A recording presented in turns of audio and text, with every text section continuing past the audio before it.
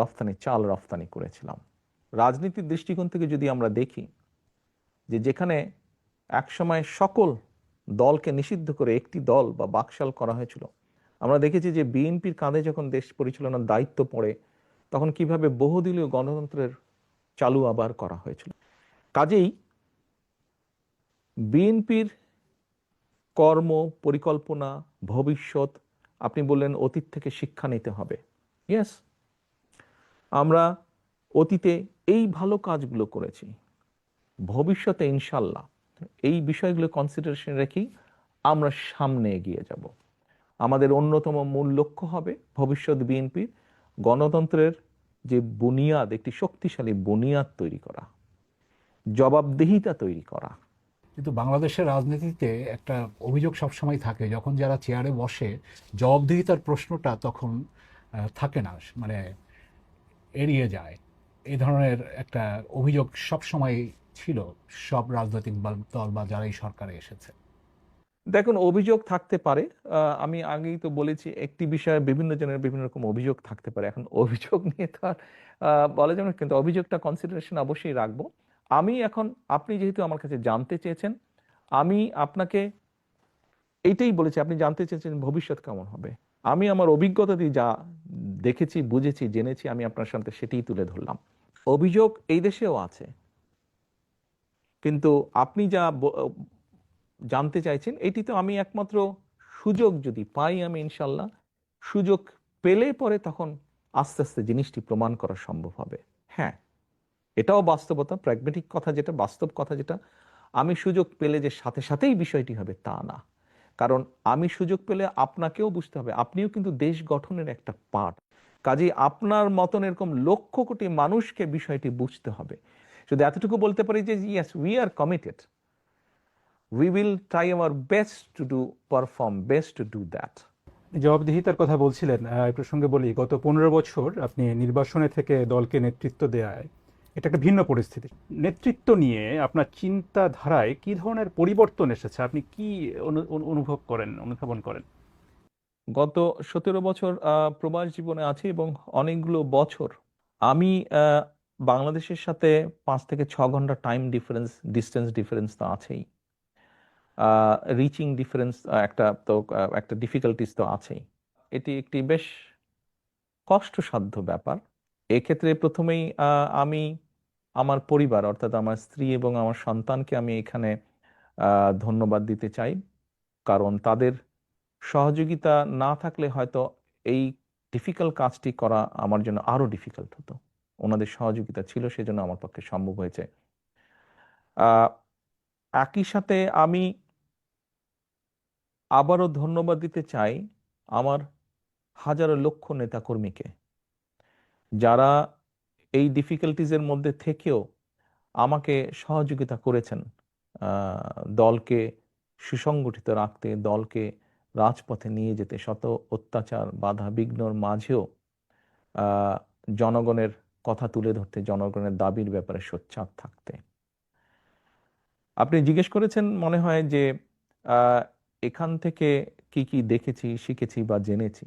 আমি মনে করি যে এই দেশ থেকে ভালো যা কিছু দেখেছি বা শিখেছি, দেশের নাগরিক হিসাবে, এবং যেহেতু আমি একজন রাজনৈতিক কর্মী, হয়তো আমার একটি সুযোগ আছে ভালো কিছু করার জন্য দেশের। যদি আমি ইনশাল্লাহ সেই সুযোগটি পাই, তাহলে সেই সুযোগটিকে যতটুকু সম্ভব দেশের মানুষের জন্য বা দেশের জন্য কিছু করার, এইভাবেই বিষয়টিকে আমি বিবেচনা করি। কূটনীতির প্রসঙ্গে আসি, যে বিএনপি যদি সরকার গঠন করে, তবে কূটনীতির ক্ষেত্রে বিএনপির মূলনীতি কি হবে? Good question. বিএনপির মূলনীতি একটাই, সবার আগে বাংলাদেশ। কূটনীতির ক্ষেত্রে বিএনপির নীতি সবার আগে বাংলাদেশ, আমার জনগণ, আমার দেশ, আমার সার্বভৌমত্ব। এটিকে অক্ষুণ্ণ রেখে, এটি স্বার্থ বিবেচনা করে, এটি স্বার্থকে অটুট রেখে বাকি সবকিছু। এটা কি বৈশ্বিক রাজনীতির একটা প্রভাব বলা যায়? কারণ আপনি যদি বিভিন্ন দেশে দেখেন, এমনকি ডোনাল্ড ট্রাম্পও আমেরিকা ফার্স্ট একটা স্লোগান দিয়ে কিন্তু এসেছিলেন। না, ওদেরটা ওরা বলেছে, আমি ভাই বাংলাদেশি, আমার কাছে বাংলাদেশের স্বার্থ বড়, আমার কাছে বাংলাদেশের মানুষের স্বার্থ বড়। কাজে কে কি বললো আমার কিছু যায় আসে না, আমার হচ্ছে সবার আগে বাংলাদেশ। সিম্পল, কমপ্লিকেট করার কিছু নেই, এটা সিম্পল ব্যাপার। আচ্ছা, আহ, বিগত সরকারের সময় বাংলাদেশের প্রতিবেশী দেশ ভারতের সাথে যেই সম্পর্ক ছিল সেটা নিয়ে অনেক সমালোচনা রয়েছে। তো ভারতের সম্পর্কে আপনাদের নীতি কি হবে ভারতের সাথে সম্পর্কের বিষয়ে? আমার মনে হয় আমার প্রথম, আপনি একটু আগে যে প্রশ্ন করলেন সেখানে বোধহয় আমি ক্লিয়ার করে দিয়েছি ব্যাপারটা। আমি ক্লিয়ার করেছি পুরো ব্যাপারটা, সবার আগে বাংলাদেশ। এখানে বাংলাদেশের তো আপনি পার্টিকুলার একটি দেশের কথা বলেছেন, এখানে ওই দেশ বা অন্য দেশ তো বিষয় না তো। মানে বিষয় তো হচ্ছে ভাই বাংলাদেশ। আমার কাছে আমার স্বার্থ, আমি আগে আমার দেশের মানুষের স্বার্থ দেখবো, আমার দেশের স্বার্থ দেখবো। ওটাকে আমি রেখে তারপরে আমি ওটাকে ওটাকে আপহোল্ড করে আমি যা যা করতে পারবো আমি তাই করব। বাংলাদেশের স্বার্থ আপনারা সবার আগে নেবেন, সেটা আপনি পরিষ্কার করেছেন। ভারতের কথা বিশেষভাবে আসছে যেহেতু সেটি বাংলাদেশের প্রতিবেশী দেশ এবং বাংলাদেশের তিন পাশেই এই দেশটি সীমান্ত রয়েছে। এবং এটি নিয়ে আপনিও জানেন যে হচ্ছে যে বিভিন্ন সময়ে কথা হয়, এই অন্তর্বর্তী সরকারের সময়ে কথা হয়েছে, আহ, আওয়ামী লীগের সময় তো সম্পর্ক নিয়ে বললামই, সেটা নিয়ে কথা হয়েছে। তাদের সাথে বাংলাদেশের সম্পর্ক কেমন হওয়া উচিত বা কেমন থাকা প্রয়োজন, আহ, সেটা নিয়ে আপনার চিন্তা কি? অবশ্যই আমি আমার পানির হিস্সা চাই। অবশ্যই আমি দেখতে চাই না যে ফেলানির আরেক ফেলানি ঝুলে আছে। অবশ্যই আমরা এটা মেনে নিব না। অর্থাৎ বাংলাদেশের স্বার্থের প্রসঙ্গে আপনি যাচ্ছেন যে পানির হিস্সা চাওয়া এবং সীমান্ত হত্যার বিষয়টি নিয়ে আপনারা সোচ্চার থাকবেন। না না, আমি উদাহরণ দিয়ে বললাম, দুটো উদাহরণ দিয়ে বোঝালাম আপনাকে যে আমাদের স্ট্যান্ডটা কি হবে। আমরা আমাদের পানির হিস্সা চাই, অর্থাৎ আমার দেশের হিস্সা, মানুষের হিস্সা আমি চাই, হিসাব আমি চাই, আমার যেটা ন্যায্য সেটা আমি চাই। অবশ্যই ফেলানি হত্যাকাণ্ডের মাধ্যমে আমি বোঝাতে চেয়েছি যে আমার মানুষের উপরে আঘাত আসলে অবশ্যই সেই আঘাতকে এভাবে আমি মেনে নিব না। একটা বিষয় যদি বলি, অন্তর্বর্তী মানে 5ই আগস্টে আওয়ামী লীগ সরকার পতনের পর এবং আপনিও জানেন যে শেখ হাসিনা দিল্লিতে গেছেন এবং সেখানে আছেন, ভারতের সাথে একটা সম্পর্কের শীতলতা দেখা গেছে মানে গত 1 বছর ধরে। যেমন ধরুন সেটি যাওয়া আসার ক্ষেত্রে, ব্যবসার ক্ষেত্রে নানা রকম। আহ, সেই ক্ষেত্রে কি আহ, কোনো পরিবর্তন আপনার সরকারে আসলে সেক্ষেত্রে কোনো পরিবর্তন হবে বা পরিবর্তনের ব্যাপারে আপনার উদ্যোগ নেবেন, এমন কোনো চিন্তা কি আপনাদের আছে? এখন তারা যদি স্বৈরাচারকে সেখানে আশ্রয় দিয়ে বাংলাদেশের মানুষের বিরাগ ভাজন হয়, সেখানে তো আমাদের কিছু করার নেই।